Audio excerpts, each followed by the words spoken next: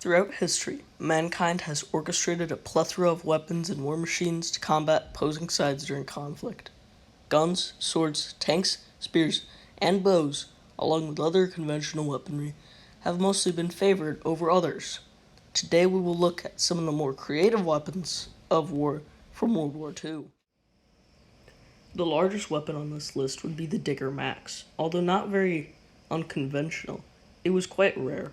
Only a few of these German tanks were ever made, and they were mainly bunker busters, but their massive cannons were converted to become heavy tank destroyers. By far the most interesting on the list, the Bat Bomb. America began a project during World War II where they strapped explosive onto the backs of large bats. The idea was that the bats would take up residence inside access buildings and bunkers and destroy them from the inside.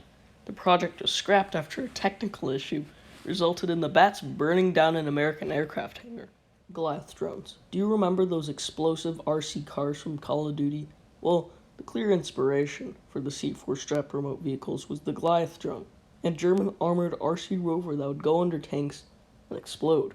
Although they were cool, there were only so many and they were quite expensive. But they blew up quite a few tanks. The V-1 missiles and the V-2 rockets are the ancestors of almost all spacecraft today. The Germans used the V-1, a rocket-propelled explosive, to attack London over the English Channel without risking German pilots' lives. The V-2 was its bigger brother and was very large. These were used to bombard the enemy from a safe distance.